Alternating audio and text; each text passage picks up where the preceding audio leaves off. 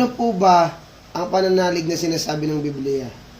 Ang pananalig kasi, ibig sabihin, pagtitiwala, ang pananalig ay nasa 5 daliri. Yan, at nakasulat. Ang pananampalataya ay pananampalataya sa Diyos. Nagtitiwala ka sa Diyos.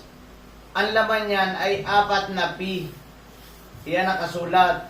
Pagsisisi, pagtalikod sa kasalanan, pagtanggap kay Kristo bilang Panginoon mo at tagapagligtas, at pagsulat ng Diyos sa iyong pangalan sa aklat ng buhay. Iyon ang assurance of salvation. Na isusulat ng Diyos ang iyong pangalan para hindi ka na mapahamak sa impyerno. Yan, narehistrado ka na, ibig sabihin sa langit, Justin.